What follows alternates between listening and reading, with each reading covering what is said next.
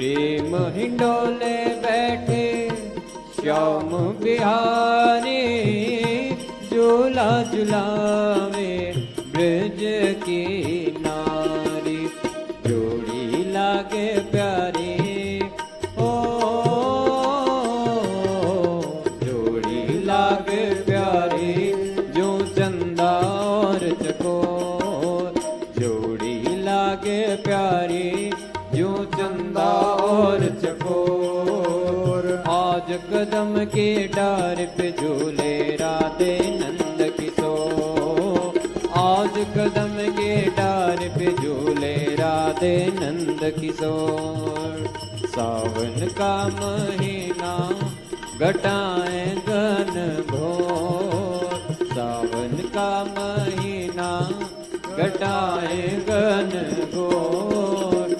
आज कदम के डार पे झूले राधे नंद किशोर। आज कदम के डार पे झूले राधे नंद किशोर।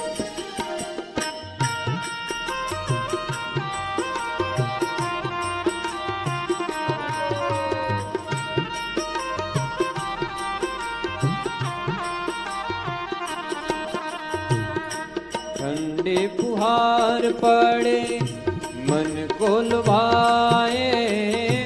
गीत गाए सखियां श्याम मुस्काए। ठंडी फुहार पड़े मन को लुभाए। गीत गाए सखियां श्याम मुस्काए। बांसुरिया बजावे ओ, बांसुर का चित जो।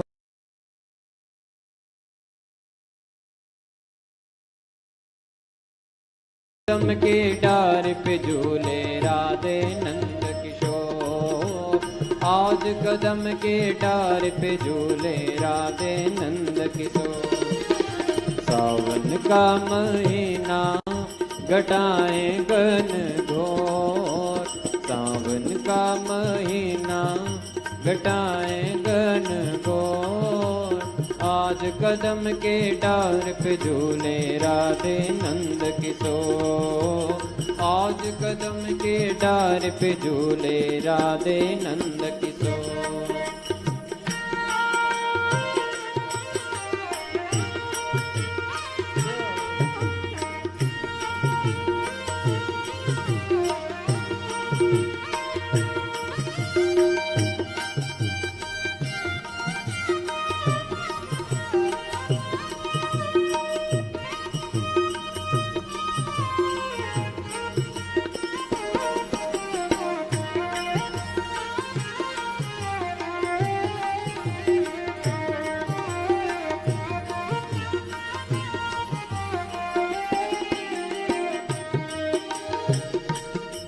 जमुना तट पर नाचता कथैया। राधा को झुलावे श्याम रास रचैया। यमुना के तट पर नाचता कथैया। राधा को झुलावे श्याम रास रचैया। ब्रज में छाए मस्ती ओ, ब्रज में छाए मस्ती मस्त हुए मन मोर। ब्रज में छाए मस्ती और मस्त हुए मन मोर। आज कदम के डार पे झूले राधे नंद किशोर। आज कदम के डार पे झूले राधे नंद किशोर। सावन का महीना घटाएं घन घोर। सावन का महीना घटाएं घन घोर। आज कदम के डार पे झूले राधे नंद किशोर। आज कदम के डार पे झूले राधे नंद किशोर। बोली वृंदावन बिहारी लाल की जय। सांवरिया सेठ की जय। ब्रज वृंदावन धाम की जय।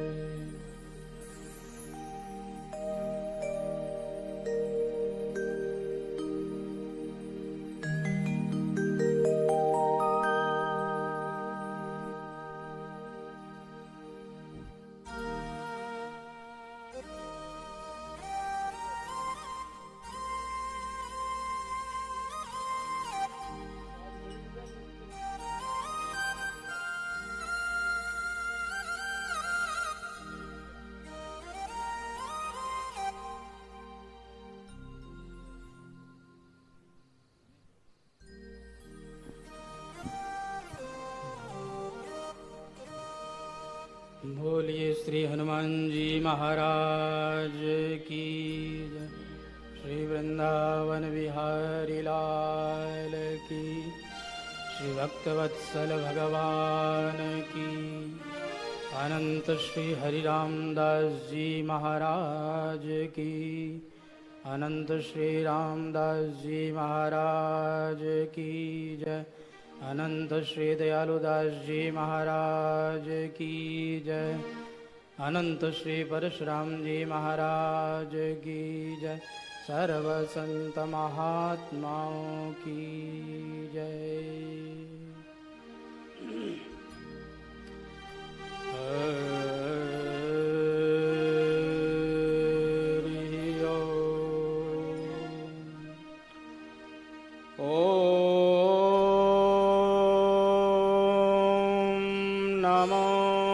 भगवते श्रीवासुदेवाय। स्वस्ति श्री गणेशाय नमः। श्री सरस्वत्यै नमः। श्री गुरुचरण कमलेभ्यो नमः। सर्वेभ्यो नमो नमः।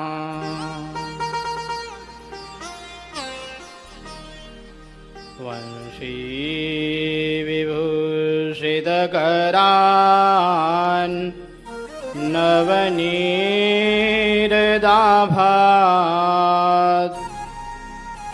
पीताम्बरादरुणबिम्बफलाधरोष्ठात्। पूर्णेन्दुसुन्दरमुखात् अरविन्दनेत्रात्। कृष्णात् परं किमपि तत्त्वमहं न जाने।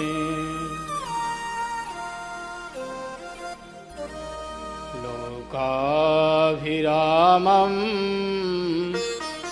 रणरङ्गधीरं राजीवनेत्रं रघुवंशनाथं।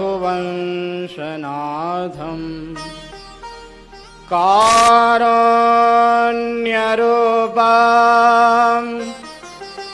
करुणाकरन्तं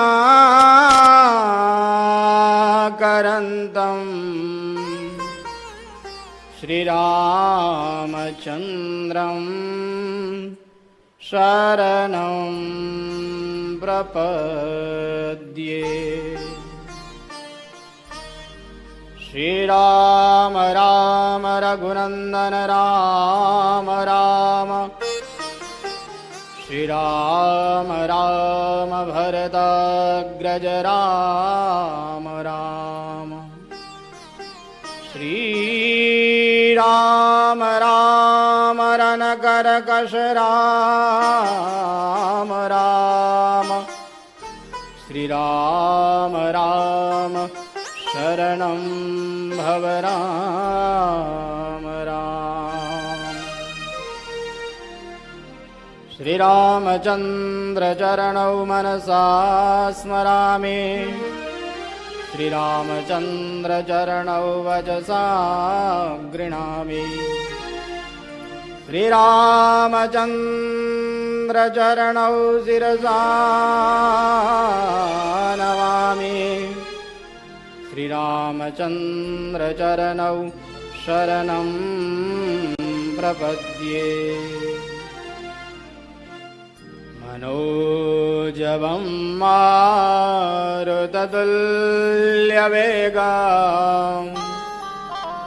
जितेन्द्रियं बुद्धिमतां वरिष्ठं वादात्मजं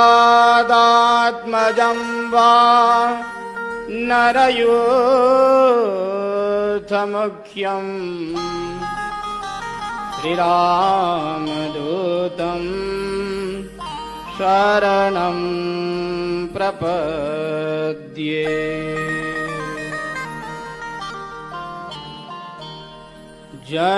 जनकसुता जगज्जननी जानकी जनकसुता जगज्जननी जानकी अतिशय प्रिय करुणा निदान की अतिशय प्रिय करुणा निधान की ताके युग पद कमल मनावहूँ ताके योग पद कमल मनाऊं जासु कृपा निरमल मति पावहूँ जासु कृपा निर्मल मत पावो महावीर बिनवहु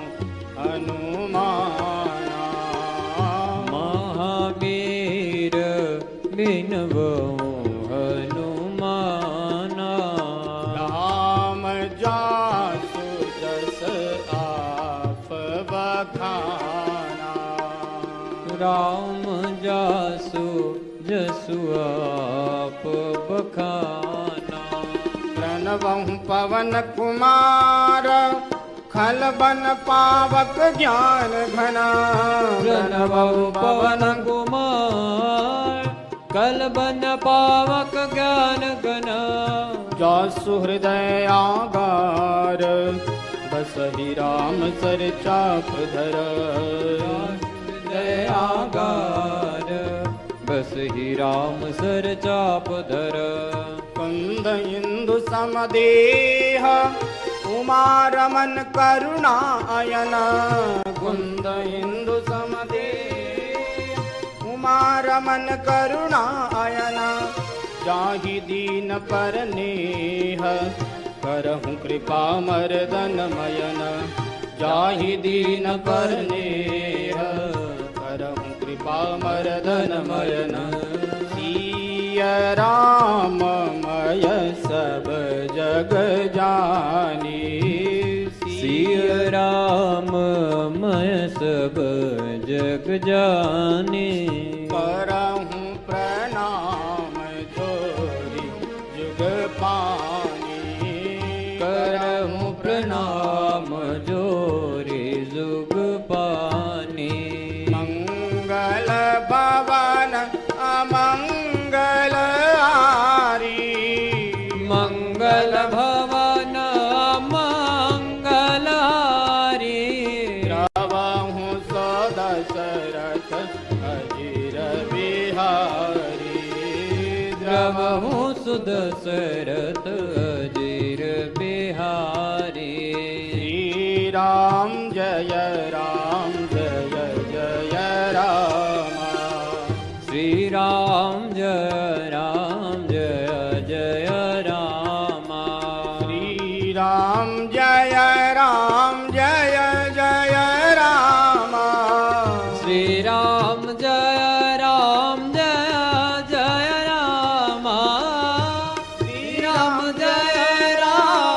जय जय राम श्री राम जय राम जय जय राम श्री राम जय राम जय जय राम श्री राम जय राम जय जय राम श्री राम जय राम जय जय राम श्री राम जय राम जय जय राम बोलिए भक्तवत्सल भगवान की जय। परब्रह्म सद्गुरु प्रणम्य पुनि सब संत नमोय। हरि रामामुर भुवन में या पद समान कोय। सद्गुरु सेति विनती परब्रह्म सो प्रणाम। अनंत कोटि श्री राम संत रामदास निज दिन करऊं सलाम। नमो राम गुरुदेव जी जन त्रिकाल के वंद। विघ्न हरण मंगल करण रामदास आनंद। परब्रह्म गुरु वंदना पुनि नमस्कार कर जोड़। जन जिया राम की विनती लीजियो अनंत करोड़। सतचित सुखमय अचल समरहत सकल तीतराम। अलख अगुण अरुगुण सहित नित प्रति करहूं प्रणाम। अनंत कोटि ब्रह्मांड नायक सच्चिदानंद घन स्वरूप सर्वाधार सर्वांतर्यामी अकारण करुणा वरुणालय शरणागत वत्सल दीन वत्सल भक्तवांछा कल्पतरु तरिद्युत विनिंदित पीताम्बरधारी भगवान श्री कृष्ण एवं उनकी आह्लादिनी शक्ति उनकी प्रेमा शक्ति श्री राधा रानी के श्री चरण कमलों में सादर कोटिशः नमन। सूर्य सागर राम द्वारा की ये पावन तपोभूमि जिस पर विराजमान होकर के संत महापुरुषों ने तप किया भजन किया, ऐसे दिव्य संत महापुरुषों के श्री चरण कमलों में सादर कोटिशः नमन। सूर्य सागर राम द्वारा के स्थानाधिपति परमहंस श्री राम प्रसाद जी महाराज, विराजमान संत महापुरुष, विद्वद्गण, विप्रगण और श्रद्धालु भक्तगण तथा कथा पंडाल में पधारी हुई श्रद्धामयी प्रेममयी मातृशक्ति का हार्दिक अभिनंदन। श्री हनुमान जी महाराज के दिव्य चरित्र का हम लोग श्रवण कर रहे हैं। कल की कथा में हम लोगों ने यह श्रवण किया कि हनुमान जी महाराज जब छोटे से शिशु थे, छोटे से बालक थे, उसी समय में उन्होंने आकाश में उड़ करके आकाश में स्थित सूर्य भगवान को अपना ग्रास बना लिया और फिर देवराज इंद्र ने उनको वज्र की चोट से आहत कर दिया, जिससे वायु देवता ने वायु को रोक लिया और फिर वायु देवता को प्रसन्न करने के लिए ब्रह्मा जी आए। ब्रह्मा जी ने श्री हनुमान जी महाराज को आशीर्वाद दिया कि मेरा अस्त्र तुम्हारा कुछ नहीं बिगाड़ेगा। सारे देवताओं ने यही आशीर्वाद दिया। श्री हनुमान जी महाराज को अजय होने का आशीर्वाद मिला और श्री हनुमान जी महाराज अपनी माता के पास में लौट करके आ गए। श्री हनुमान जी महाराज रघुवंशी कुमारों को अपनी आत्मकथा सुनाते हुए कहते हैं कि हे रघुवंशी कुमारों, इस तरह से मेरी माता ने मुझे अपनी गोद में लिया और मुझसे कहा कि देखो हनुमान, तुम मुझसे दूर हो जाते हो तो मुझे बड़ा कष्ट होता है। तुम इस तरह से मुझे बिना पूछे कहीं नहीं जाओगे, आज से इस बात का ध्यान रखना। हनुमान जी ने कहा ठीक है माते, आगे से मैं ध्यान रखूंगा। तो श्री हनुमान जी महाराज रघुवंशी राजकुमारों को कथा सुना रहे हैं। श्री रघुवंशी राजकुमार श्री हनुमान जी महाराज से पूछते हैं कि क्या हनुमान जी आप भी बाल्यावस्था में चंचल थे? आप दिखने में इतने गंभीर लगते हैं, शायद ही आप चपल रहे होंगे। हनुमान जी महाराज कहते हैं कि हे रघुवंशी राजकुमारों, किसकी बाल्यावस्था ऐसी होगी जो अपनी बाल्यावस्था में चंचल न रहा हो? बाल्यावस्था सबकी एक जैसी ही होती है। बाल्यावस्था में सबके भीतर चंचलता होती है, चपलता होती है, उछल कूद होती है, सबके भीतर होता है। और मेरे साथ भी ऐसा ही हुआ है। हनुमान जी महाराज कहते हैं कि हम उपदेवताओं में ताकत अधिक होती है। तो मैं जब छोटा था उस समय में हाथियों को पकड़ पकड़ करके और उनको ऐसे उठा लेता, मानो मैं कसरत करने के लिए उन हाथियों को उठा रहा हूं। लेकिन फिर भी मुझे संतुष्टि नहीं मिलती, वो हाथी भी मुझे हल्के जान पड़ते थे। उन हाथियों को मैं डराता नहीं था, हाथियों के छोटे छोटे बच्चों को मैं उठा लिया करता था। मैं उनको डराने की दृष्टि से नहीं, उनका वजन तोलने के लिए मैं उन्हें उठा लिया करता था। मैंने कभी किसी जीव को, किसी प्राणी को कष्ट देने के भाव से उन्हें नहीं उठाया, बस अपने मनोरंजन के लिए और उनका नाप तोल करने के लिए उन्हें उठाया। देखो, उस जंगल के अंदर जब कभी कोई बलवान व्यक्ति दूसरे निर्बल पर अगर अन्याय करता, दुराचार करता, तो उस समय में मुझे बड़ा क्रोध आता था और मैं उन सिंहों को, उन हाथियों को पकड़ करके फिर दंड देता था कि मेरे सामने तुम किसी प्राणी को, असहाय प्राणी को दुख नहीं दे सकते।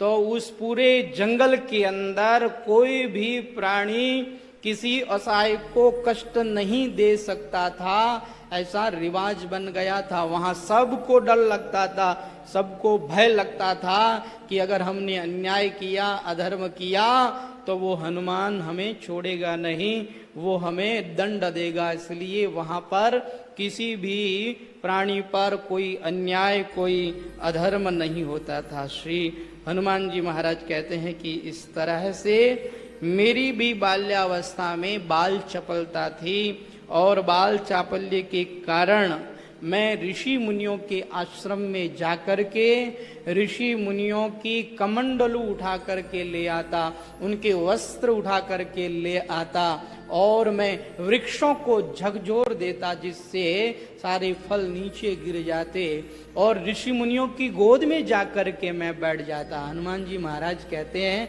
मैं बालक था, मुझे ये पता नहीं था कि ऋषि क्या होते हैं, मुनि क्या होते हैं। मैं उनकी गोद में बैठता तो मुझे ऐसा लगता था मानो मैं अपने पिता की गोद में बैठ गया हूँ। ऋषि मुनि मुझे अपने स्नेही के समान जान पड़ते थे, अपने पिता के समान जान पड़ते थे। उनकी गोद में जाकर के मैं बैठ जाया करता था। अब मेरा वजन बहुत था, उन ऋषि मुनियों को कष्ट होता था, पीड़ा होती थी, लेकिन मैं बालक था, मुझे पता नहीं लग पाता था कि इन ऋषि मुनियों को मेरे वजन से कष्ट हो रहा है। अगर पता लगता तो हमारे अंदर तो शुरू से ही अणिमा, लघिमा आदि जो सिद्धियां होती है, वो सिद्धियां हमारे अंदर होती है। जैसे अपने शरीर के वजन को कम कर लेना, अपने शरीर का वजन बढ़ा लेना, अपने शरीर की आकृति बढ़ा लेना, ये जो सिद्धियां हैं, ये सिद्धियां हमारे अंदर स्वतः स्वाभाविक बाल्यावस्था से ही होती है। तो मुझे पता होता कि इस तरह से कष्ट होगा मेरे बैठने से, तो मैं अपना वजन कम कर लेता, परंतु मैं बालक था, मुझे पता नहीं लगता। उन ऋषि मुनियों की गोद में बैठ जाता, कभी उछल कूद करने लग जाता, कभी उनके वस्त्रों को मैं पहनने लग जाता, और वो वस्त्र मेरे नहीं आते तो जोर से उन्हें खींचता, जिससे वो वस्त्र टूट जाते। क्योंकि वल्कल वस्त्र होते हैं, वो वल्कल वस्त्र वृक्षों के बनाए हुए होते हैं, और उन वस्त्रों को मैं फाड़ देता, जिससे उन ऋषि मुनियों को कष्ट होता। एक बार उन सभी ऋषि मुनियों ने मेरी माता से आकर के शिकायत करी और कहा कि देखो, ये हनुमान बहुत चपलता करता है, ये हमारे वस्त्रों को फाड़ देता है, ये हमारी कमंडलू को तोड़ देता है। क्योंकि हनुमान जी महाराज कमंडलू लेकर के सीधे उड़ते, जो ही उड़ते तो वो कमंडलू कहीं किसी वृक्ष से टकरा जाती और वो टूट जाती। पुराने ऋषि मुनियों की जो कमंडलू होती थी, वह कमंडलू भी जो वह तुम्बी होती है, उस तुम्बी की बनाई हुई होती थी। तो वो ऋषि मुनि एक कमंडलू और ज्यादा वस्त्र नहीं रखते थे, 2 ही वस्त्र रखते थे। ज्यादा संग्रह करने की उनकी वृत्ति नहीं थी। उन्होंने माता अंजना को शिकायत करी कि इस तरह से हनुमान हमारे वस्त्रों को फाड़ देता है। अब वो जो वस्त्र वृक्षों से हमें प्राप्त होते हैं, तो वो वस्त्र इस समय में, इस मौसम में हमें नहीं मिलते हैं। अब हम क्या करें? कमंडलू भी अमुक अमुक मौसम में ही मिलते हैं, अब हम क्या करें? अब हम कमंडलू कहाँ से लाएं? जब अंजना माता को इस तरह से शिकायत की जाती थी, तो कहते हैं कि अंजना माता बड़ी दुखी हो जाती थी। हनुमान जी महाराज कहते हैं कि मेरी माँ उस समय में उदास हो जाया करती थी, और एक बार की बात है कि मैं ऋषि मुनियों के आश्रम में ही खेलता था, अन्य जगह खेलना मुझे अच्छा नहीं लगता था। अब मेरी माँ अंजना भी कभी भी मुझे ये नहीं कहती कि तुम ऋषि मुनियों के आश्रम में मत जाया करो। मेरी बाल चपलता से वो दुखी जरूर होती थी, लेकिन कभी भी उन्होंने मुझे ऋषि मुनियों के आश्रम में जाने से मना नहीं किया। उसका कारण यह है कि ऋषि मुनियों के आश्रम में अगर जाने से मैं अपने बालक को रोक दूंगी, तो इसके अच्छे संस्कार कैसे होंगे? हम महात्माओं के आश्रम में जाते हैं, हम रामद्वारा आदि स्थानों में जाते हैं, तो वहाँ संत महापुरुषों से हमें कुछ सीखने को मिलता है। अपने बालकों को रामद्वारा के अंदर लेकर के आना चाहिए। ऋषि मुनियों के आश्रम में, संत महापुरुषों के आश्रम में लेकर के आना चाहिए, क्योंकि वहीं पर अच्छे संस्कार मिलते हैं। अंजनी माता दुखी हो गई, लेकिन अंजनी माता ने कभी भी हनुमान जी को ऋषि मुनियों के आश्रम में जाने से मना नहीं किया। एक बार अंजनी माता एक वृद्ध ऋषि के श्री चरणों में प्रणाम करके कहती है कि मेरा ये हनुमान कब समझदार होगा और कब ये अध्ययन करेगा, आप थोड़ी इस पर कृपा करें। श्री हनुमान जी महाराज की वह चंचलता चपलता देख करके वो वृद्ध ऋषि उनका ललाट देखते हैं, और ललाट देख करके कहते हैं कि अंजना, तुम्हें बिल्कुल डरने की आवश्यकता नहीं है। तुम्हारा ये पुत्र बहुत बलवान होगा और सबकी रक्षा करने वाला, सबका भला करने वाला, सबकी सहायता करने वाला होगा। ऐसा उन्होंने आशीर्वाद दिया। हनुमान जी महाराज कहते हैं कि दूसरे ही दिन ऋषि के आश्रम में मैंने एक वृक्ष को थोड़ा सा हिलाया। अब हनुमान जी महाराज कहते हैं मैंने तो थोड़ा सा ही हिलाया, लेकिन वो वृक्ष तो जड़ सहित उखड़ गया। अब हनुमान जी महाराज की ताकत के सामने वृक्ष है ही क्या, वो वृक्ष उखड़ गया, जिससे उन ऋषि को बड़ा क्रोध आया कि तूने वृक्ष को इस तरह से उखाड़ दिया। जा, मैं तुझे शाप देता हूं कि तू अपनी शक्ति भूल जाएगा। जब तुझे कोई याद दिलाएगा तभी तुझे अपनी शक्ति याद आएगी। हनुमान जी महाराज कहते हैं कि उन ऋषि ने मेरे ऊपर दया करी, कृपा करी। दूसरे ही दिन से मैं सहज हो गया, मैं सरल हो गया, मेरी चपलता चंचलता गायब हो गई। और इस तरह से जब मेरी माँ ने मुझे देखा, मेरी माँ को बड़ी प्रसन्नता हुई। एक दिन अंजनी माता मुझे अपनी गोद में लेकर के बैठी है और मेरी पीठ पर वह हाथ फेर रही है, मेरी पूंछ पर वह हाथ फेर रही है, मेरा लाड कर रही है, मेरा दुलार कर रही है। और उस समय में अंजनी माता कहती है कि हनुमान, तू वो हनुमान कब बनेगा जिस हनुमान ने राम जी की सहायता करी, जो हनुमान राम भक्त बना, वो अंजनी पुत्र हनुमान तू कब बनेगा। हनुमान जी महाराज कहते हैं, माँ आप कौन सी हनुमान की बात कर रहे हैं, किस श्री राम जी की बात कर रहे हैं। तब श्री अंजना माता श्री राम जी की कथा हनुमान जी महाराज को सुनाती है। और हनुमान जी महाराज कहते हैं कि आहा, जैसे ही मैंने अपनी माँ के श्री मुख से श्री राम कथा का श्रवण किया, मेरा सारा शरीर पुलकित हो गया, रोमांचित हो गया, मेरे नेत्रों से अश्रुधारा बहने लग गई। ऐसा लगने लगा मानो ये कथा तो मेरे स्वामी की है, मेरे आराध्य, मेरे इष्ट देव की है। मुझे उस कथा को सुन करके बड़ी प्रसन्नता, बड़ा आनंद का अनुभव हो रहा था। मैं उस आनंद के समुद्र में हिलोरे ले रहा था। मेरी माता के द्वारा राम कथा सुन करके मुझे बहुत अच्छा लगा, मुझे बहुत प्रसन्नता हुई। श्री हनुमान जी महाराज को अंजनी माता ने यह राम कथा सुनाई है। बचपन से ही हनुमान जी महाराज कहते हैं कि मुझे राम कथा और अन्य ऋषि मुनियों की कथा, भक्तों की कथा मेरी माँ सुनाती ही रहती थी, जिससे बाल्यावस्था में ही मेरे अंदर भक्ति का बीज अंकुरित हो गया और मेरा भगवान के श्री चरणों में प्रेम जागृत हो गया। देखिए, बालक अगर भगवान का भक्त बनता है तो इसमें सबसे बड़ा सहयोग किसका होता है? माँ का सबसे बड़ा सहयोग होता है। माँ चाहे तो अपने बालक को भक्त बना सकती है, माँ चाहे तो अपने बालक को डाकू बना सकती है।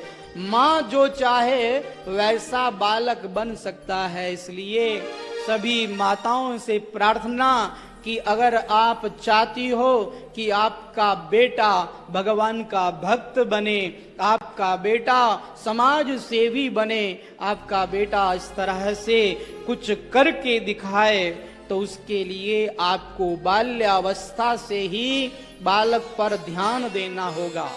देखिए, हमारे द्वारा गलती क्या होती है, जिस समय में बालक छोटा होता है उस समय में उसका जो मोड़ देनी हो वो हम मोड़ दे सकते हैं, लेकिन जब बालक छोटा हो उस समय में हम ध्यान नहीं दे पाते हैं, हम बस उसका लाड ही लाड करते रहते हैं, हम शिक्षा नहीं दे पाते हैं। और बालक बड़ा हो जाता है, फिर वो हमारे सामने बोलने लग जाता है, हमारा कहना नहीं मानता है और वह कुसंग में पड़ जाता है। तो फिर माताएं बहनें आकर के शिकायत करती है, कहती है महाराज मारो बेटो तो बिगड़ गयो। अब क्यों बिगड़ा, उसका कारण क्या है? उसका कारण आप स्वयं हैं। आपने बाल्यावस्था में ध्यान नहीं दिया। अगर बाल्यावस्था में आपने ध्यान दिया होता, राम जी की कथा सुनाई होती, भक्तों की कथा सुनाई होती, तो आपका बालक भक्त उत्पन्न होता। और एक और बात, बालक जिस समय में गर्भ में होता है, पेट में उदर में होता है, उस समय में माताओं को विशेष ध्यान देना चाहिए। आप लोग भागवत की कथा सुनते हैं, प्रहलाद जी महाराज का चरित्र सुनते हैं। प्रहलाद जी महाराज भगवान के परम प्रेमी भक्त क्यों होते हैं? उसका कारण क्या है? उसका कारण यही है कि कयाधु को इंद्र उठा करके ले जा रहा था और वह जब रोती हुई जा रही थी, नारद जी महाराज ने सुन लिया। तो नारद जी ने क्या किया, इंद्र को फटकारा और उस कयाधु को, हिरण्यकशिपु की पत्नी को अपनी कुटिया में रख कर के उपदेश दिया, तरह तरह के शास्त्रों का उपदेश दिया, जिससे उनकी माँ का समय भी सार्थक हुआ और माँ के उदर में स्थित श्री प्रहलाद जी महाराज ने भी भगवान की कथा सुनी, जिससे माँ के उदर में ही प्रहलाद जी महाराज की भक्ति जागृत हो गई, भगवान के प्रति प्रेम जागृत हो गया। तो जब बालक आपके पेट में हो तो उस समय में विशेष ध्यान देना चाहिए। उस समय में आपके पास कोई काम भी नहीं रहता है, आप बहाना बना लेती हो कि अब मेरे से कोई काम नहीं होता, पूरे दिन भर आप बैठी रहती हो, तो उस समय में आपको चाहिए कि आप भक्त चरित्र पढ़ें, उस समय में आप भक्तमाल पढ़ें, उस समय में आप रामायण गीता भागवत पढ़ें, जिससे आपकी संतान पर अच्छा असर हो। अगर ऐसा आप करती हैं तो आपका पुत्र भगवत भक्त उत्पन्न होगा, आपकी सेवा करने वाला भक्त उत्पन्न होगा। इसलिए इस बात का विशेष ध्यान रखना चाहिए। लेकिन क्या बताएं, अभी तो ये कलयुग का समय चल रहा है, जिस समय में बालक पेट में होता है उस समय में गीता रामायण भागवत को कोई नहीं पढ़ता, बस केवल और केवल टीवी देखते रहते हैं, वो नाचने गाने वालों को देखते रहते हैं और उनका जो बालक होता है वह भी नाचने गाने वाला ही बन जाता है। मैंने अपनी आंखों से देखा एक बालक को, छोटा सा बालक पालने के अंदर सो रहा है और वो रोने लग जाता है, तो उसकी माँ उसके पालने के ऊपर मोबाइल लटका देती है और उसमें फिल्मी गाने लगा देती है। जैसे ही फिल्मी गाने लगाती है उसका रोना बंद हो जाता है, ऐसा लगता है मानो उसको कोई दवाई दे दी हो।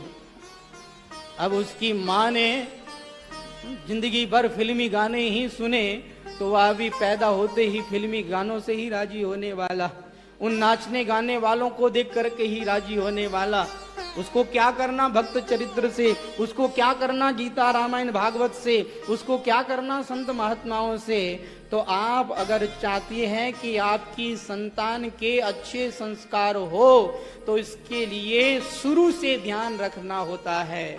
बालक उदर में हो उस समय से लेकर बालक बड़ा हो तब तक आप ध्यान रखें।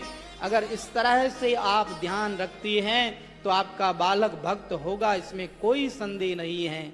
हमारे शास्त्रों में आता है कि मदालसा एक ऐसी माता हुई जिन्होंने अपने बालकों को लोरी के रूप में भी उपदेश ही सुनाया।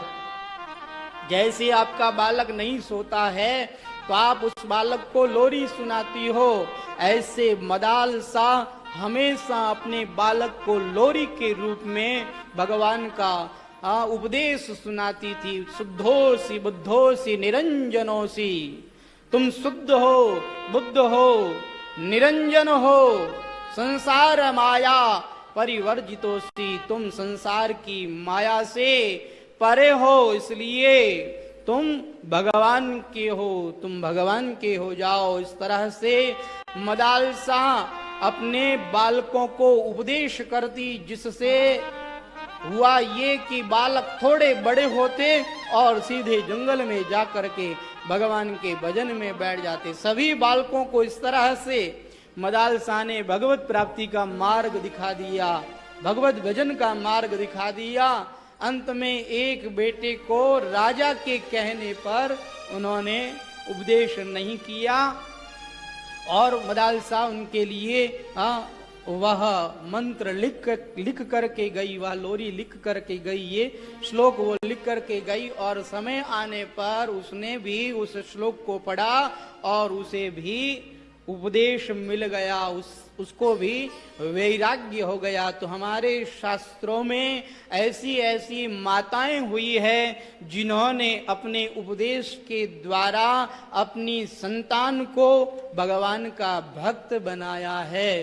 तो प्रथम गुरु माँ मानी गई है, माँ से बड़ा इस संसार में कोई गुरु नहीं है, माँ सबसे बड़ी गुरु है। तो माताओं बहनों से निवेदन कि हमारी यह जो भावी पीढ़ी है, इस भावी पीढ़ी को सुधारने का प्रयास करें, क्योंकि ये कलयुग आ गया है और इस कलयुग के प्रभाव के कारण बच्चे लोग ना तो पढ़ाई में ध्यान दे रहे हैं, ना ही उनके कोई अच्छे संस्कार हैं। छोटे नन्हे बालक को देखो तो वो भी बस मोबाइल में गेम खेल रहा है, गेम पर गेम। आंखें कमजोर हो जाती है, शरीर कमजोर हो जाता है, परंतु बस दिन भर वो गेम ही गेम खेलते रहते हैं। ये क्या कर रहे हैं हम? हमारी ये भावी पीढ़ी किस ओर जा रही है? हम लोग ध्यान क्यों नहीं दे रहे हैं? ये कोरोना बीमारी और ऐसी आ गई कि इसमें तो पढ़ाई बिल्कुल बंद ही हो गई। एक हमने देखा जिसमें एक बालिका अपनी माँ से कह रही है कि ये सरकार स्कूलें क्यों खोल रही है, अब स्कूल नहीं खोलनी चाहिए, ये ऑनलाइन पढ़ाई होती है, बहुत अच्छा है, क्योंकि ऑनलाइन पढ़ाई में कोई ध्यान नहीं देता। हम दूसरे मोबाइल में गूगल में सर्च करके तुरंत आंसर निकाल लेते हैं और तुरंत क्वेश्चन का हम आंसर दे देते हैं, जिससे हमें पढ़ाई नहीं करनी पड़ती। वह बालिका यहाँ तक कह देती है कि 2 साल हो गए स्कूल बंद हुए, मैं तो भूल गई कि पढ़ाई क्या होती है, अब स्कूल में मैं नहीं जा सकती। तो इस कोरोना के कारण बहुत हानि हुई है और इस मोबाइल के कारण बहुत हानि हुई है, जिससे बच्चे ना तो पढ़ाई में ध्यान दे रहे हैं, ना ही संस्कारों में ध्यान दे रहे हैं। तो आपका कर्तव्य है कि आप अपने बच्चों पर ध्यान देवें, अपने बच्चों को अच्छे संस्कार देवें।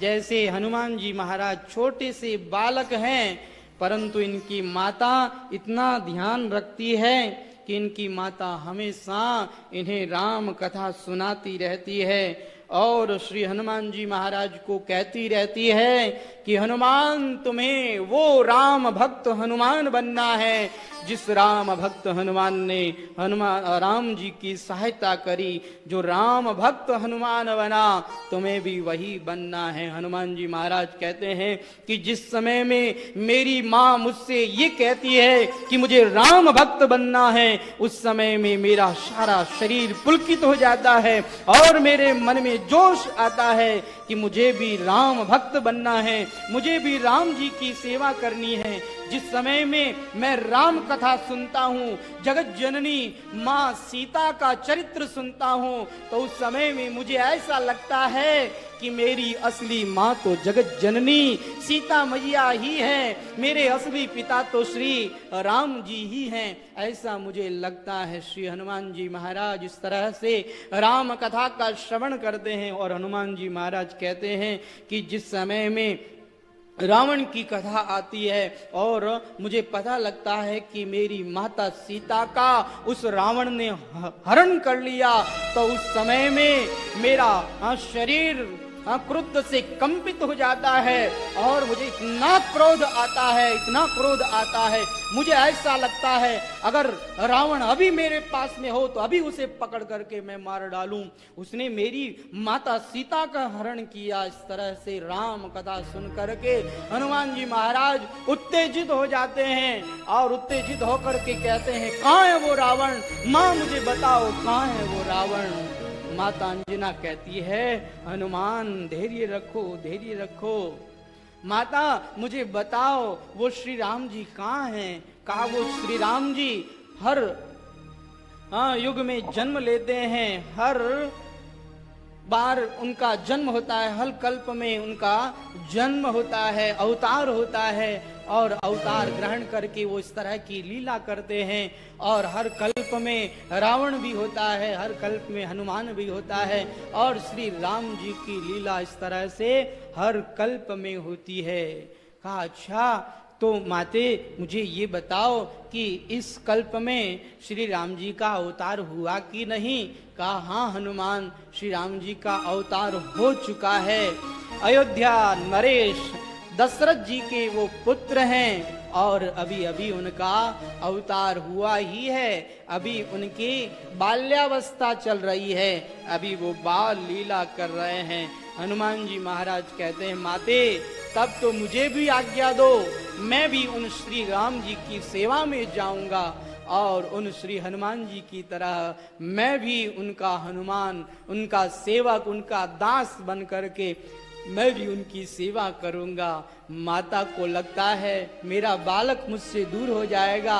अंजनी माता कहती है कि देखो हनुमान, अभी तुम छोटे हो, अभी श्री राम जी की सेवा करने के तुम योग्य नहीं हो। उन श्री राम जी की सेवा के लिए कुछ योग्यता भी तो होनी चाहिए, इसलिए पहले शिक्षा ग्रहण करो, तुम्हारे अंदर योग्यता आ जाए तो फिर तुम श्री राम जी की सेवा में उपस्थित हो जाना। हनुमान जी महाराज ने कहा तो फिर मुझे बताओ, मुझे किससे शिक्षा ग्रहण करनी है। अपने पिता के पास जाकर के कहते हैं कि पिताश्री, मुझे ऐसे संसार के सर्वश्रेष्ठ गुरु से शिक्षा ग्रहण करनी है जो संसार में सबसे बड़े ज्ञानी हों। ऐसे ज्ञानी महापुरुष से मुझे शिक्षा ग्रहण करनी है। बताओ ऐसे कौन हैं जो मुझे शिक्षा दे सके। कहा इतना तो मैं भी नहीं जानता, तुम्हारी अगर जिज्ञासा है तो मैं तुम्हें अगस्त्य मुनि के पास ले चलता हूं। केसरी जी हनुमान जी महाराज को अगस्त्य मुनि के पास में ले जाते हैं और अगस्त्य मुनि को जाकर के प्रणाम करते हैं। हनुमान जी महाराज भी उन्हें प्रणाम करते हैं। हनुमान जी को देख करके अगस्त्य मुनि प्रसन्न होते हैं और कहते हैं केसरी जी, आपका पुत्र तो बड़ा सुंदर है, बड़ा शिक्षित है, बताइए कैसे आना हुआ। कहा मेरा पुत्र कहता है कि मैं ऐसे व्यक्ति से अध्ययन करना चाहता हूं जो सबसे बड़ा ज्ञानी हो, जो सबसे बड़ा विद्वान हो।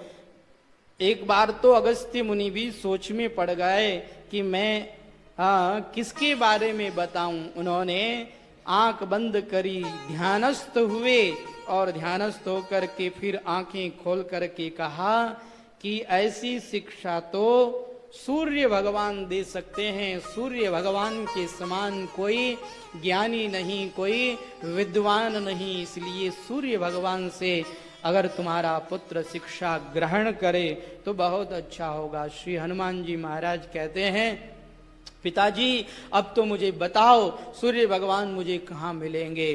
तुरंत श्री हनुमान जी महाराज अपने पिताश्री के साथ में वापस घर पर लौट करके आए और माता जी को यह बात बताई कि अब तो मैं सूर्य भगवान से शिक्षा ग्रहण करने के लिए जाऊंगा। उनकी माता ने भी आज्ञा दे दी, लेकिन जैसे ही आज्ञा मिली हनुमान जी महाराज थोड़े उदास हो गए। कहा क्यों उदास क्यों हो रहे हो। कहा आपने तो बताया सूर्य भगवान ऊपर आकाश में रहते हैं, अब मैं छोटा बालक कैसे सूर्य भगवान के पास में जाऊंगा। अंजनी माता जोर जोर से हंसने लग गई।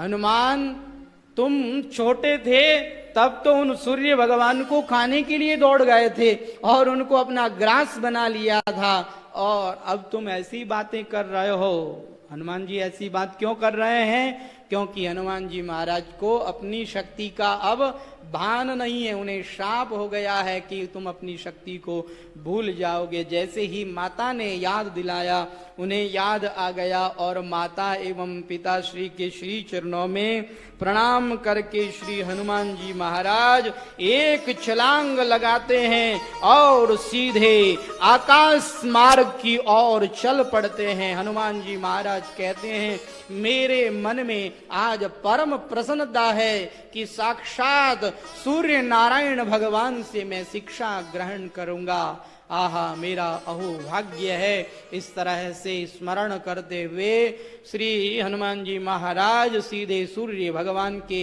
सामने जाकर के उपस्थित हो गए। हनुमान जी महाराज कहते हैं कि सूर्य भगवान का वेग बहुत ही तीव्र वेग है, इसलिए मैं बहुत दूर उनके सामने जाकर के खड़ा हुआ और जब तक मैंने उनको प्रणाम किया तब तक तो वो मेरे समीप ही आ गए और उन्होंने मुझे आशीर्वाद दिया और कहा आयुष्मान भव पूर्ण कामो भव। वत्स हनुमान मैं जान गया कि तुम माता पिता की आज्ञा से मेरे पास शिक्षा ग्रहण करने के लिए आए हो। हनुमान हम तुम्हें जरूर शिक्षा देंगे। हनुमान जी कहते हैं मेरा मन प्रसन्न हो गया कि मैं जिस कार्य के लिए आया मैं सफल हुआ। मुझे शिक्षा देने के लिए साक्षात सूर्य भगवान तैयार हो गए। परंतु सूर्य भगवान ने क्या कहा कि हनुमान एक समस्या है। कहा क्या? कहा कि देखो मैं रुक नहीं सकता, मुझे भगवान नारायण ने यह आज्ञा दी है कि तुम हमेशा चलते ही रहो। मैं रुक नहीं सकता, मैं विश्राम कर नहीं सकता। अगर मैं विश्राम करूं तो महाप्रलय हो जाए। जब महाप्रलय होता है तभी मुझे थोड़ा विश्राम मिलता है, अन्यथा मैं चलता ही रहता हूं, चलता ही रहता हूं। तो तुम्हें कैसे शिक्षा दूंगा? और दूसरी बात, मेरा जो यह रथ है, इस रथ में 2 व्यक्ति बैठ नहीं सकते, इतना ही रथ है। और ये जो मेरा सारथी है, ये सारथी पंगु सारथी है, हमेशा यह रथ को चलाता ही रहता है। अब तुम कैसे शिक्षा ग्रहण करोगे? हनुमान जी महाराज कहते हैं कि हे गुरुदेव, मैं आपके सामने मुंह रखूंगा और मैं ऐसे पीछे चलता जाऊंगा। जितनी गति से आप चल रहे हैं उतनी गति से मैं पीछे चलता रहूंगा और आप मुझे शिक्षा देते रहना।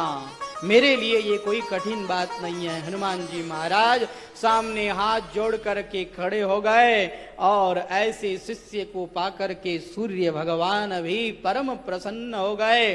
सूर्य भगवान ने अब वहां पर शिक्षा देनी आरंभ करी है। हनुमान जी महाराज ऐसे पीछे चलते जा रहे हैं और सूर्य भगवान उन्हें शिक्षा देते ही जा रहे हैं। जैसे श्री राम जी ने बहुत जल्दी शिक्षा ग्रहण कर ली, ऐसे ही मैंने भी शिक्षा ग्रहण कर ली। लेकिन श्री राम जी ने शिक्षा ग्रहण करी, उसमें तो श्री राम जी का प्रभाव था। हाँ, राम जी तो स्वयं पढ़े हैं, उनके मुख से वेद वेदांत निकले हैं, वेद उनके निश्वास भूत है, तो उन्हें पढ़ने की कोई आवश्यकता नहीं है। उन्होंने तो केवल एक लीला मात्र करी।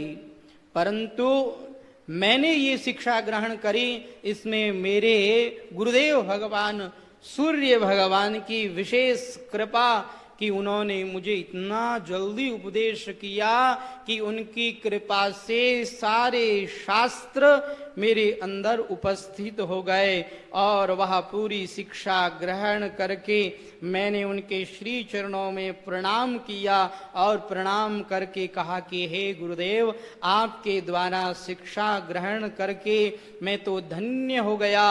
हे गुरुदेव, अब मैं आपको गुरु दक्षिणा में कुछ देना चाहता हूं। सूर्य भगवान ने कहा कि देखो हनुमान, तुम्हारे जैसे शिष्य को पाकर के मैं धन्य हो गया। तुमने मेरे द्वारा शिक्षा ग्रहण करी, मुझे बहुत अच्छा लगा। लेकिन हे हनुमान, गुरु दक्षिणा में मैं एक बात तुम्हें कहना चाहता हूं कि मेरा पुत्र सुग्रीव वह इसी पृथ्वी पर वानर के रूप में है, तो तुम सदा उसकी सहायता करने का मुझे वचन दे दो, यही मेरे लिए गुरु दक्षिणा होगी। तब श्री हनुमान जी महाराज ने सुग्रीव की सहायता करने का वचन दिया और गुरुदेव की आज्ञा से हनुमान जी महाराज कहते हैं कि मैं वापस इस धरा पर लौट करके आ गया।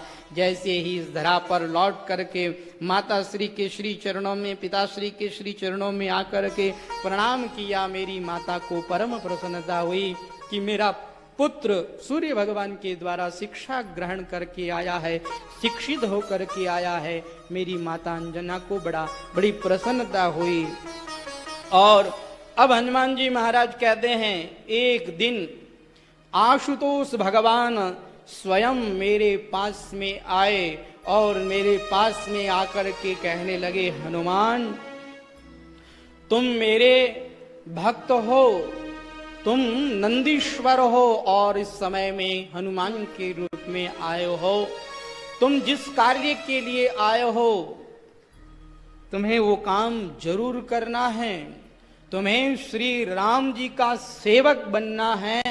चलो, श्री राम जी का अवतार हो गया है, मैं तुम्हें अपने साथ अयोध्या लेकर के चलूंगा। जैसे ही मैंने शंकर भगवान के श्री मुख से ये बात सुनी, मेरा शरीर आनंदित हो गया, पुलकित हो गया और उस समय में मेरे मन में परम प्रसन्नता हुई कि मुझे अयोध्या जाना है और अयोध्या जाकर के श्री राम जी से मिलना है।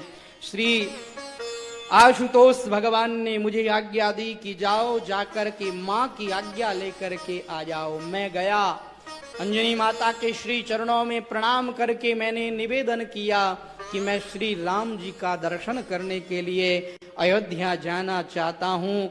मेरी माँ ने मुझे अपनी छाती से लगा लिया और मेरी माँ ने मुझसे आशीर्वाद देते हुए कहा कि हनुमान, तुम राम भक्त बनना, तुम श्री राम जी का सेवक बनना। आहा, माँ के द्वारा वह आशीर्वाद पा करके मैं तो धन्य हो गया और माँ के श्री चरणों में प्रणाम करके कैलाशपति शंकर भगवान के साथ में मैं वहां से निकल पड़ा। शंकर भगवान के साथ में मैं आकाश मार्ग से अयोध्या तक आकाश मार्ग से गए और अयोध्या के पार्श्ववर्ती जो अरण्य है उस अरण्य के अंदर हम लोग नीचे उतर गए और यहाँ उतर करके हमने क्या देखा कि अयोध्या की सीमा है और सीमा पर श्री राम जी के, दशरथ जी के सैनिक खड़े हैं और वहाँ कोई भी आता है सभी गतिविधि पर ध्यान रखा जाता है। यहाँ पर कैलाशपति शंकर भगवान ने एक छोटे से मदारी का रूप धारण कर लिया और मुझसे कहा कि तुम एक साधारण वानर बन जाओ। मैं एक साधारण वानर बन गया और श्री शंकर भगवान मदारी बन करके अपने हाथ में डमरू लिए हुए जैसे ही हम लोग वहां प्रवेश करते हैं तो सब लोग मेरी ओर देखते हैं, क्योंकि मेरी जो रोमावली है वह स्वर्ण की है, सोने जैसी मेरी रोमावली, और ऐसा सुंदर मेरा रूप देख करके सब लोग मेरी ओर देखते हैं और शंकर भगवान से कहते हैं, अरे वाह मदारी, तुम्हारा बंदर तो बड़ा सुंदर है। इस तरह से वो लोग प्रशंसा करते हैं और शंकर भगवान ने मेरे गले में एक रस्सी बांधी है। जो शंकर भगवान सबको मुक्त करने वाले हैं, बंधन मुक्त करने वाले, उन शंकर भगवान ने मेरे गले में रस्सी बांध दी है, परंतु वह कोई बंधन नहीं है। अरे जिस बंधन की रस्सी स्वयं शंकर भगवान के हाथ में हो वो बंधन कैसा, वह मेरे लिए बंधन नहीं है। शंकर भगवान ने अब क्या देखा कि वहां पर भीड़ इकट्ठी हो गई है, लोग उस मदारी को और उस बानर को देख करके आश्चर्यचकित होने लग गए हैं और बातें करने लग गए हैं। अब शंकर भगवान ने कहा, इतने लोग इकट्ठा हुए हैं, चलो अपनी कला दिखाओ। शंकर भगवान ने थोड़ा सा इशारा किया, अपनी डमरू बजाई और हनुमान जी महाराज कहते हैं कि मैं वहां पर उछल कूद करने लगा, छलांग लगाने लगा। मेरे उस उछल कूद को देख करके सब लोगों को बड़ा आश्चर्य हुआ और वहां खेल देखने के लिए भीड़ जम गई। जिस समय में मैं वहां पर कला दिखा रहा था उस समय में बालकों का एक झुंड वहां से वापस जाने लगा। मुझे बड़ा आश्चर्य हुआ कि ये बालक लोग इतनी तीव्र गति से कहाँ जा रहे हैं। वो बालक लोग सीधे श्री राम जी के पास में जाकर के उनको सूचना देते हैं, अपने नगर के अंदर एक ऐसा मदारी आया है, ऐसा सुंदर वानर लेकर के आया है जो बड़ी सुंदर कला में नाचता है, बड़ी सुंदर कला दिखाता है। श्री राम जी ने भी सुना, राम जी को भी उत्सुकता हुई, किसी ने आकर के महाराज दशरथ जी को भी बताया और दशरथ जी महाराज ने गुरुदेव से पूछा कि क्या किया जाए। गुरुदेव ने कहा कि उन्हें यहीं पर बुला लिया जाए। राज सेवक आता है और आकर के शंकर भगवान को, मदारी बने हुए शंकर भगवान को कहता है कि आपको हमारे महाराज ने, राजभवन ने उपस्थित होने की आज्ञा दी है। हनुमान जी महाराज कहते हैं, हमारे शंकर भगवान को तो यही अभिष्ट था, इसीलिए तो वो आए थे, तुरंत मुझे साथ में लेकर के राजभवन की ओर चल पड़े। जैसे ही राजभवन में आए, महाराज दशरथ को हमारे शंकर भगवान ने प्रणिपात किया और उस समय में महाराज दशरथ स्वयं खड़े हुए। जो राजाधिराज महाराज हैं वो दशरथ जी महाराज एक साधारण मदारी को देख करके खड़े होकर के कहते हैं कि हमने तुम्हारी कला को सुना, इसलिए हमारे मन में आया कि तुम्हारी कला को देखा जाए। हम तुम्हारी कला का, तुम्हारी विद्या का सम्मान करते हैं। होना तो यह चाहिए था कि हम वहां पर तुम्हारी कला देखने के लिए आते, लेकिन वहां पर्याप्त जगह नहीं थी। हमारे राजभवन में पर्याप्त जगह है, इसलिए आपको यहाँ पर बुलाया गया है। अब आप यहाँ पर अपनी कला दिखाएं। शंकर भगवान बने हुए मदारी ने उस समय में प्रणिपात करके कहा कि वाह महाराज, हमने आपके विषय में जितना सुना था आप तो उससे भी अधिक इस तरह से सरल निकले। आपकी सरलता धन्य है। अब श्री हनुमान जी महाराज ने प्रणाम किया राजा दशरथ जी को। हनुमान जी महाराज कहते हैं कि शंकर भगवान जिस समय में दशरथ जी को प्रणाम करके और फिर वशिष्ठ जी को प्रणाम कर रहे थे, तो वशिष्ठ जी महाराज उन्हें देख रहे थे। मुझे ऐसा डर लग रहा था कि वशिष्ठ जी तो सर्वज्ञ हैं, कहीं ये जान नहीं ले, कहीं ये पहचान नहीं ले, कहीं यहीं पर पोल न खुल जाए, इसलिए मुझे डर लग रहा था। लेकिन जैसे ही मदारी बने हुए शंकर भगवान ने प्रणाम किया वशिष्ठ जी को, वशिष्ठ जी महाराज ने भी प्रणाम किया। लोगों को तो ऐसा लगा मानो ये एक कला को प्रणाम कर रहे हैं, लेकिन मैं समझ गया था कि वशिष्ठ जी महाराज मन ही मन जान गए हैं, पहचान गए हैं शंकर भगवान को, इसलिए उन्होंने प्रणाम किया है। अब शंकर भगवान ने इस तरह से सभासदों को प्रणाम किया और श्री शंकर भगवान ने मुझे आज्ञा दी, जाओ जाकर के महाराज दशरथ को प्रणाम करो। मैं आया, दशरथ जी को प्रणाम किया, गुरुदेव वशिष्ठ जी को प्रणाम किया, वहां उपस्थित सभी सम्मान्य लोगों को प्रणाम करके फिर श्री राम जी के श्री चरणों में, चारों भाइयों के श्री चरणों में प्रणाम करके हनुमान जी महाराज कहते हैं कि मैं तो श्री राम जी के श्री चरणों में ही बैठ गया। दशरथ जी महाराज कहने लगे, वाह मदारी, तुम्हारा ये वानर यह तो दिखने में भी सुंदर और यह बड़ा चतुर है, यह बड़ा समझदार है, इसे पता है कि किस व्यक्ति के पास में बैठना चाहिए, इसे व्यक्ति की पहचान है।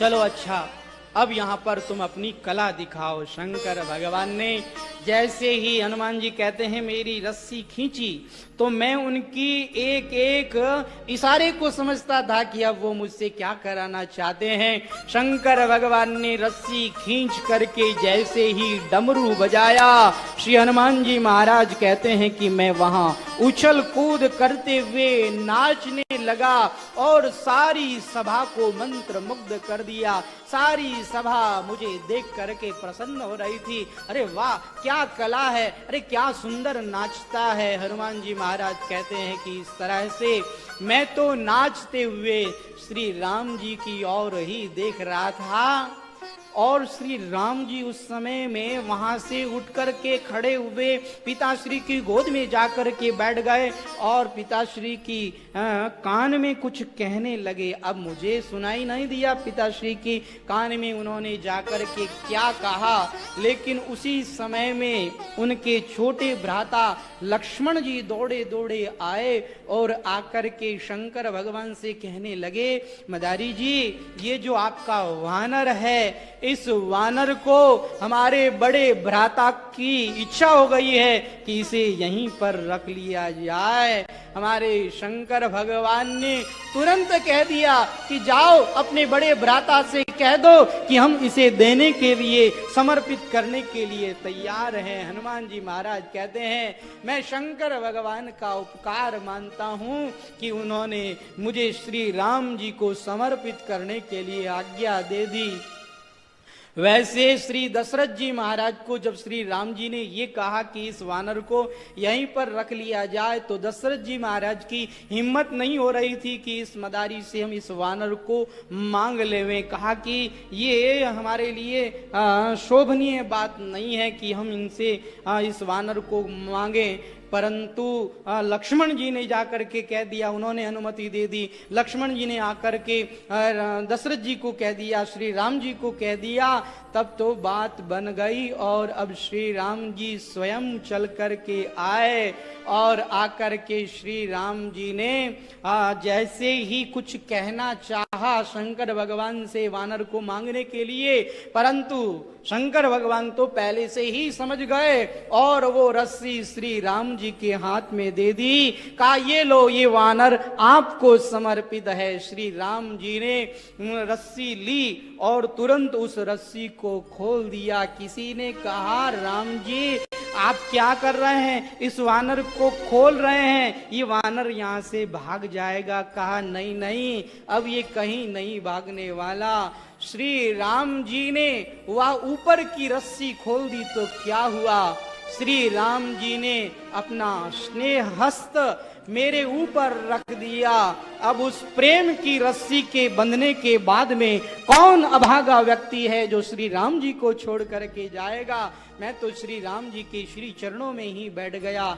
दशरथ जी महाराज ने कहा कि हे मदारी, यह जो आपका वानर है इसे रखने के लिए हमारे राम लला ने आग्रह किया और तुमने इसे दे दिया, लेकिन इसके लिए अब आपको हम कुछ देना चाहते हैं, पारितोषक के रूप में आपको हम कुछ देना चाहते हैं, आप मांग लीजिए। तब श्री शंकर भगवान कहते हैं कि ये बातें बाद में हो जाएगी, आप तो पहले देख लीजिए कि यह जो कला दिखाता है इस कला में निपुण है कि नहीं। आप एक बार परीक्षा करके देख लीजिए। हम कोई भी वस्तु लेते हैं तो पुनः उसका परीक्षण करते हैं। शंकर भगवान ने कहा कि पहले तुम इसका परीक्षण करके देख लो, फिर आगे बात कर ली जाएगी। तुरंत उस समय में श्री राम जी की और शंकर भगवान ने डमरू आगे बढ़ाया, परंतु श्री राम जी ने डमरू की ओर ध्यान दिया ही नहीं और श्री राम जी ने उस समय में अपनी ताली बजाई और जैसे ही ताली बजाई श्री हनुमान जी महाराज वहां पर अपनी कला दिखाने लग गए, नाचने लग गए और ऐसा वहां पर माहौल बन गया कि सब लोग उस कला को ही देखते रह गए और शंकर भगवान तो वहां से अंतर्धान हो गए। अब राजा कहने लगे वो मदारी कहाँ गया, उसे हमें कुछ देना है, पारितोषक के रूप में कुछ देना चाहते हैं, वो कहाँ गया। हनुमान जी महाराज कहते हैं कि मैं समझ गया था कि शंकर भगवान इस तरह से राम जी को मेरे को समर्पित करने के लिए आए और बदले में कुछ लेंगे।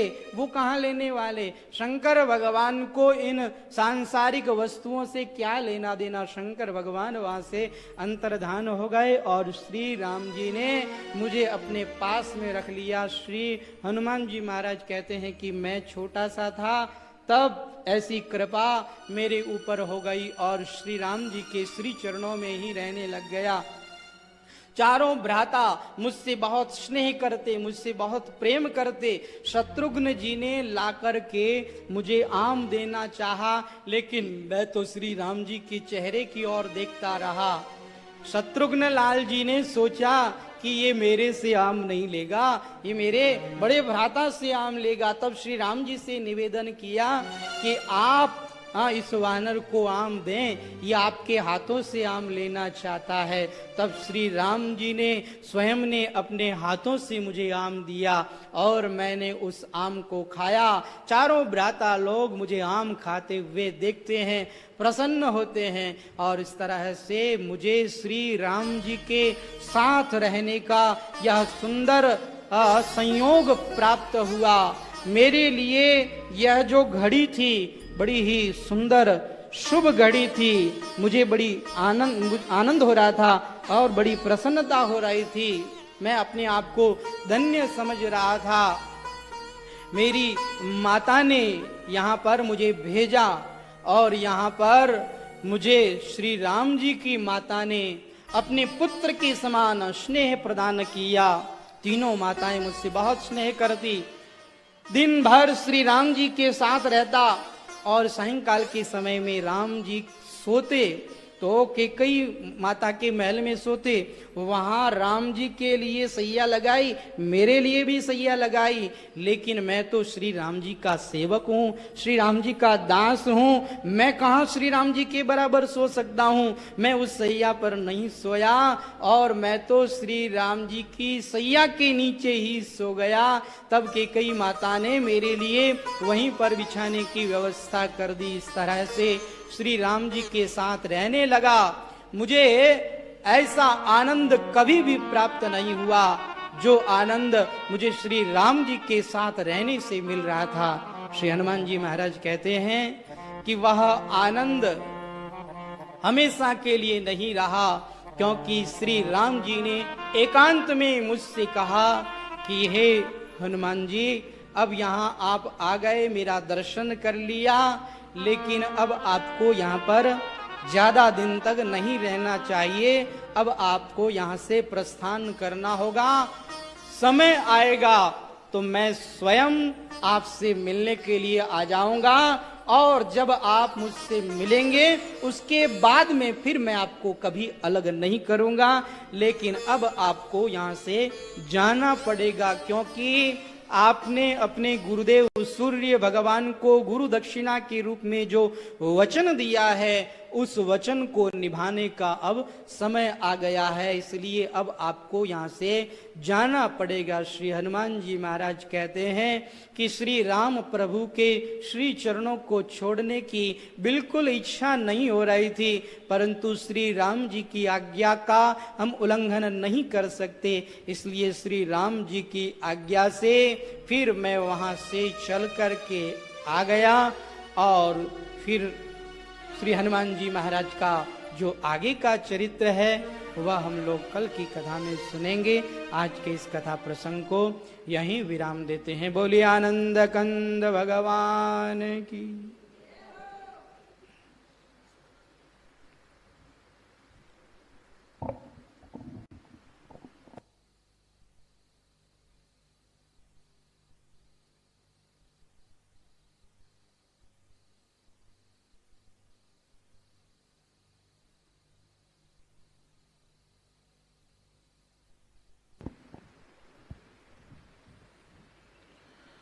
राम राम